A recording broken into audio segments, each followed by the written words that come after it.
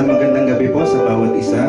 Papurihan po ng ating Panginoon sa pamamagitan ng pag-aawitan. At awitin po natin yung kantang Draw Me Close.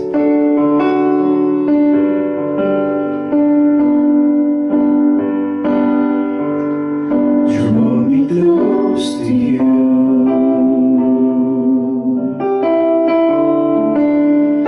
Never let me go.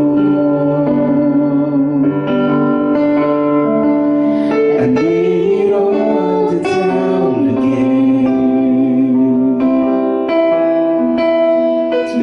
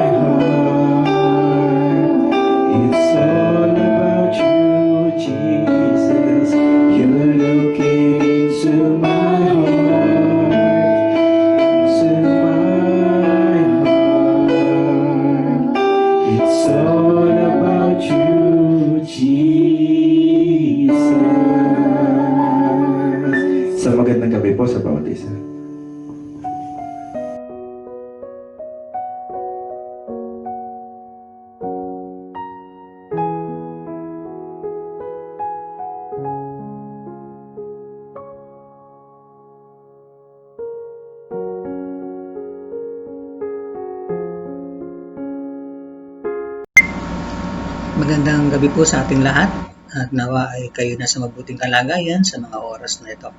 Tayo po muli mag-aaral ng salita ng Panginoon at bago po ito ay tayo po muna ay sandali ang manalangin. Ang aming Diyos na dakila sa lahat. Salamat muli sa gabi ito na binigay po sa amin upang mag-aaral ng salita. Tuloy nga Panginoon na napakabuti mo po sa amin at dalangin po namin na patuloy kang mamuna po sa amin. Bigyan mo kami ng karunungan na maintindihan po namin ang mga pag-aaralan po namin sa gabi ito. At gabayan mo kami, Panginoon, at bigyan mo kami ng bukas na isip at deep understanding ng mga mensahe mo, Panginoon, sa gabi ito. Mangunahan mo kami at patuloy mo kami gabayan. Ito pong aming dalangin sa pangalan po namin, Panginoon Jesus. Alam po ninyo sa panahon ito, marami pong nagtatanong, maraming katanungan, maraming mga bagay na gusto nating maintindihan. Maraming mga tao nagtatanong, bakit daw ang ating mapagmahal na Diyos, ang loving God, na hinahayaan na ang COVID-19 na ito ay kumalat at pumatay ng maraming tao. Why did God allow this COVID-19? Where is God on this pandemic? Ito yung mga tanong. Since the beginning ng pandemic na ito na po yung mga tanong ng tao. Ba't hinahayaan ng Diyos na magkaganito ang mundo? Na magkaroon ng ganitong karamdaman? Na magkaroon ng ganitong pandemic na marami po ang namamatay. Alam po niyo, pag itong mga tanong na ito ating tinanong, it will yield to questions, more than questions than answers. Maraming tanong, susun, questions after questions. Kasi pag tinanong mo yan, bakit nagkakasakit ang tao sa COVID-19? May tatanong mo rin yan. Bakit inaalaw ng Diyos ang cancer? Ba't inaalaw ng Diyos ang iba't ibang mga karamdaman na pumapatay sa maraming tao? Milyon ang namamatay po sa sakit, iba't ibang karamdaman, taon-taon. Bakit inaalaw ng Diyos na ang mga terorista, ang mga terrorist na ito ay pumatay ng mga sibilyan? Bakit inaalaw ng Diyos yung mga tao na basta na lang pumapatay? Shooting spree sa mga walang kalaban-laban na sibilyan. So marami pong katanungan. Bakit inaalaw ng Diyos ang kalamidad, ang bagyo, ang lindol? Bakit inaalaw ng Diyos ang mga aksidente na namamatay sa pagbagsak ng aeroplano, sa barko? At iba pang mga kamatayan tulad nito. Bakit inaalaw ng Diyos ang mga bagay na ito? Is God out of control? Is God lose control of this universe, of this world? Yan ang tanong. Inaaya na ba tayo ng Panginoon? Bahala na kayo. Wala na ba siya sa control ng daigdig na ito? Na inaalaw niya ang mga bagay na ito, inaalaw niya na mag-suffer ang tao. Inaalaw niya na magdusa ang tao. Hindi ba tayo mahal ng Diyos? Mahal tayo ng Diyos. He is still in control. He is sovereign. He has the power and authority bilang ating Panginoon. Salitang sovereign po, ibig sabihin po nito, supreme in power and authority, greatest, superior.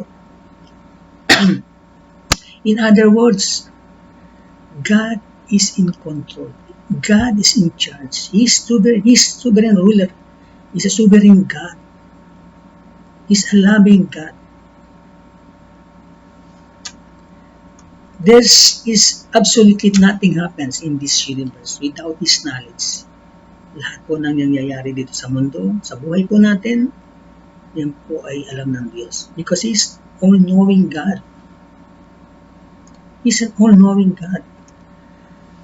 Sabi nga dito sa aklat po ng Psalm 24:1, Ito po sinasabi. The earth is the Lord's and everything in it, the world and all who live in it.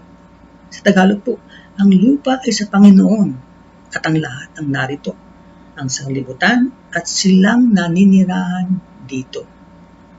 Sa Diyos ang mundong ito, sa Diyos ang universe nito, sa Diyos ang lahat ang nandito sa mundo, including us.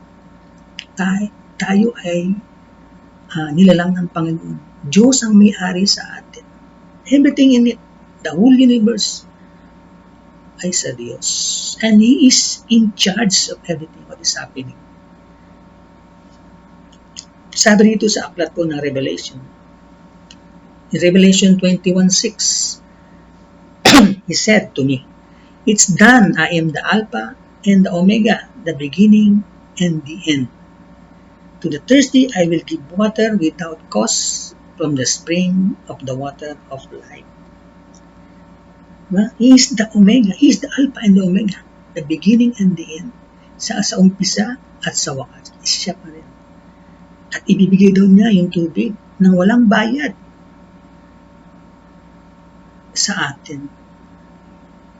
Sa Colossus, sabi rito, Colossus 1:16,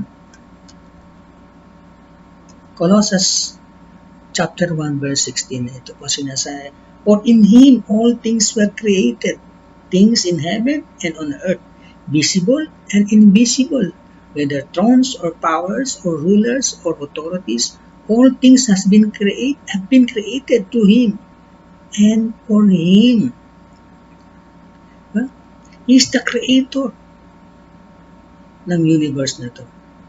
Whether invisible and invisible, whether thrones or powers or authorities, all things have been created to Him and for Him.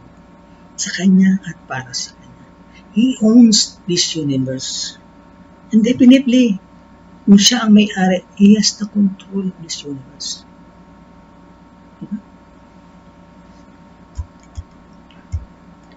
Sabi po sa Romans 11:33, "On the depth of the riches of the wisdom and knowledge of God, how unsearchable His judgment and His paths beyond tracing out." Sa Tagalog po, Romans 11:33, "O ang kalaliman ng mga kayamanan, karunungan at ng kaalaman ng Diyos ay hindi masuri ang mga hatol niya at hindi masiyasat ang kanyang mga daan." Sapagat siya Diyos, His thoughts are higher than our thoughts. Napakataas ng antas ng Diyos, hindi natin maarok ang kanyang kalooban. Sapagat siya Diyos. He can do everything in His power. He can do all His plans, all His purpose. Sapagat siya Diyos.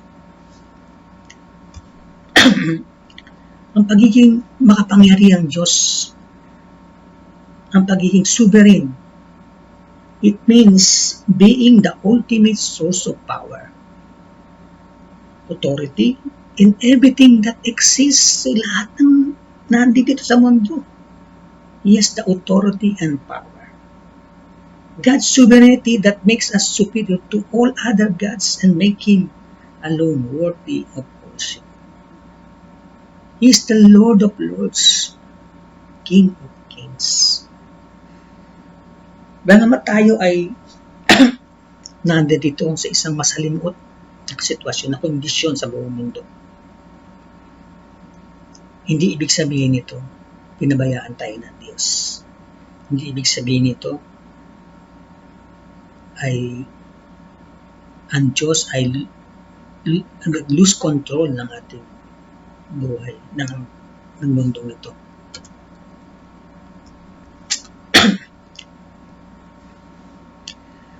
So, thinking na ang ating Diyos ay ultimate sovereign, ito ang magiging kalakasan natin. Thinking na ang ating Diyos ay all-knowing, ito ang ating magiging panghawakan para sa comfort natin. The sovereign God, the all-loving God. Sabi po dito, God is sovereign sapagkat He does what He wants and achieve all His purposes. Sabi po sa aklat po ng Isaiah 46:10, sa English po, my counsel shall stand and I will accomplish all my purpose. Our God does what He pleases and will always bring His purpose to pass. Diba? Simply because He is God. Sabi po sa Tagalog, na nagpapahayag ng wakas mula sa pasimula at mula ng mga unang panahon ng mga bagay na hindi pa nangyayari, na nagsasabi, ang layunin ko ay maitatag at gagawin ko ang lahat ng aking kaligayahan. So whatever His plans, He will do it according to His purpose. Sapagkat siya ay makapangyarihan. Whatever He wants, He can do it. He can achieve all His purpose because He is all-powerful God, all-loving God. And because He is sovereign, He is in control of the affairs of this world. He is in control of everything in this world.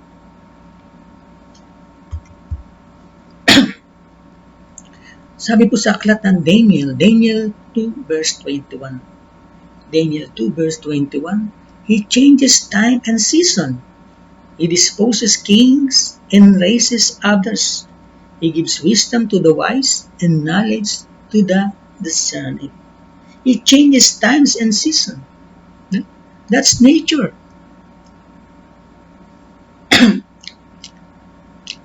He gives wisdom to the wise. Nagbibigay ng katalinuhan. Nagbibigay ng karunungan sa atin.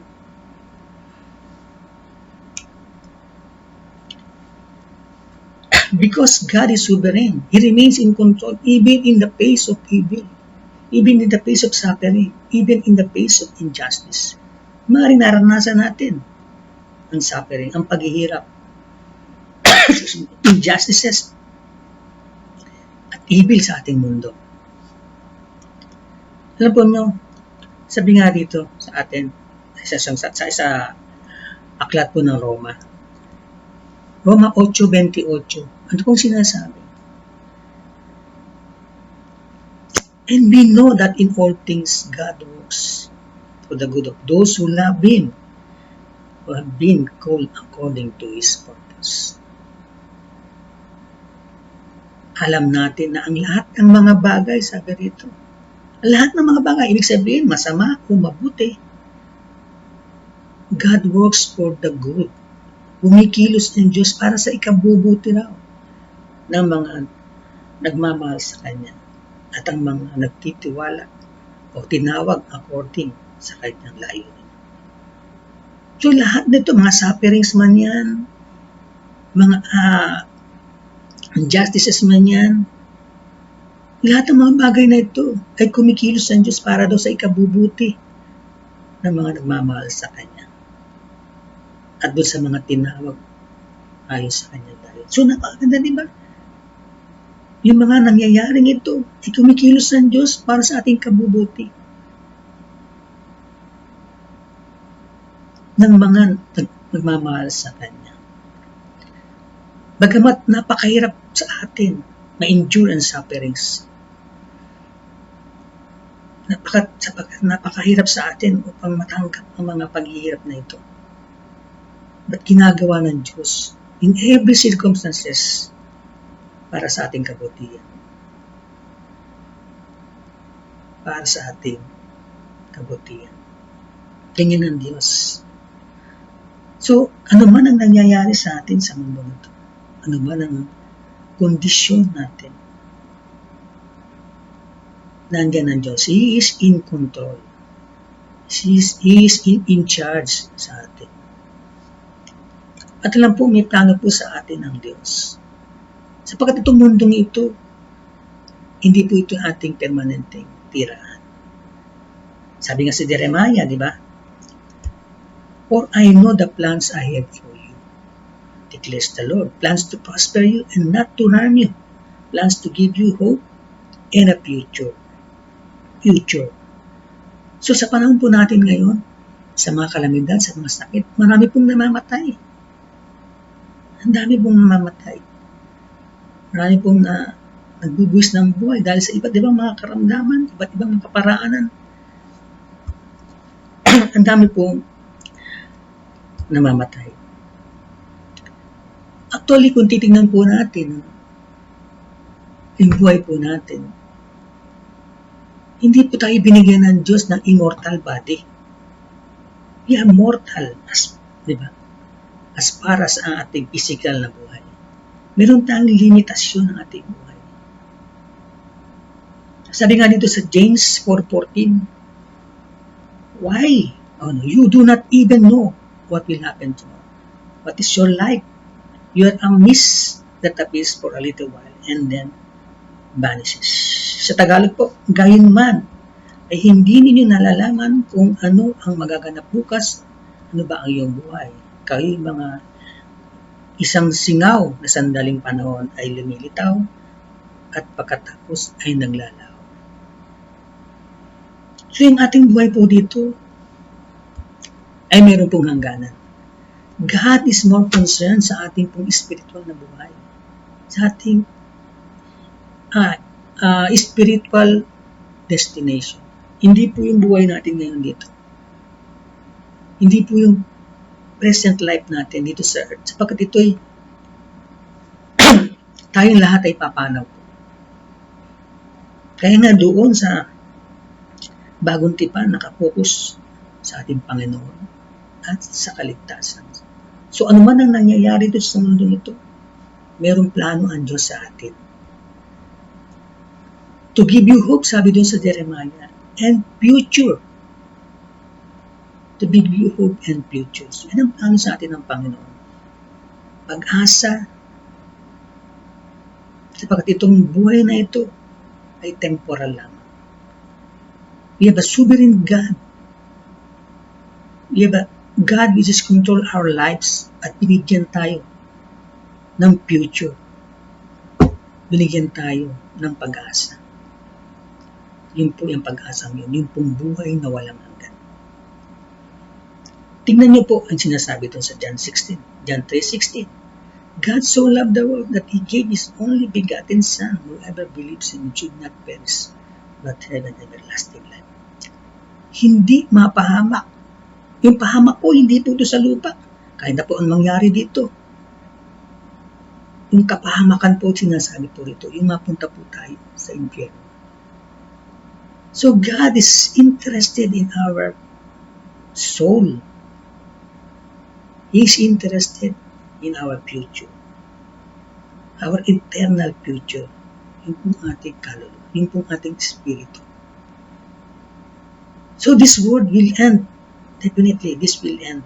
Our life here on earth will end. Ano man ang ating kondisyon, ano man ating kalagayan dito sa mundo. Ito'y matatapos. At ang importante sa lahat, our sovereign God has a plan for us. Our sovereign God is our hope. Yan po yung buhay na walang hanggan. Death will occur anytime. Sapagkat ito ay tinakdana ng Diyos. Ang sabi nga sa mga ngaral, di ba? A time to be born and a time to die. Ang buhay po natin ay may hangganan. Pero ang ating God, the author of life, ay minalaan sa atin na future. Yan po yung buhay na walang hanggan. Yan po yung pag-asang tinitignan natin. Hindi po yung pag-asa dito sa mundong ito. Ano man po ang kondisyon, ano man po ang kalagayan natin dito. We're looking to the future. Yun po yung buhay na walang hanggan. Salamat po, tayo po'y manalangin. Aming Diyos na dakila sa lahat. Tunay nga na napakagulo po ng mundo. Napakarami pong problema. Marami pong karamdaman. Marami pong sufferings. Sapagkat alam po namin, Panginoon, Ikaw po ang may kontrol ng buhay po ng mundong ito. Kami, Panginoon, ay tumitingin doon po sa buhay na walang hanggan. Inilaan mo sa amin, O Diyos. Hindi po sa mundong ito, sapagkat this world will end. At kami, Panginoon, ay umaasa lang, Panginoon, sa iyo bilang aming Diyos na tagapagligtas, the author of life. Salamat, Panginoon, sa aming Panginoon Jesus na nagbigay ng kanyang buhay para po sa amin. To secure our future, to secure our eternal life, to secure our hope, sapagkat alam po namin na ikaw ay Diyos ng pagmahal. Diyos na matuwid. You care for us, Panginoon. Ano man po ang nangyari, ano pa po aming kalagayan sa ngayon, we're looking forward sa new future, ang buhay na walang hanggan. Salamat muli, O Diyos, sa gabi nito. Salamat sa mga bagay na aking pong natutunan at tunay nga, Panginoon, ito'y maging gabay po namin. At mula dito, Panginoon, lalo pa kaming magtiwala po sa inyo, lalo pa kaming sumamba sa iyo, manampalataya, lalo pong lumalim ang aming po pagtitiwala. At alam po namin, Panginoon, kailanman hindi mo kami pababayaan. Salamat po muli. Sa iyo po ang pagpupuri, sa iyo po ang pasalamat, sa iyo po ang kalwalhatian sa pangalan ng po ng Panginoong Yesus. Amen. Salamat po muli at magandang gabi po muli sa ating lahat.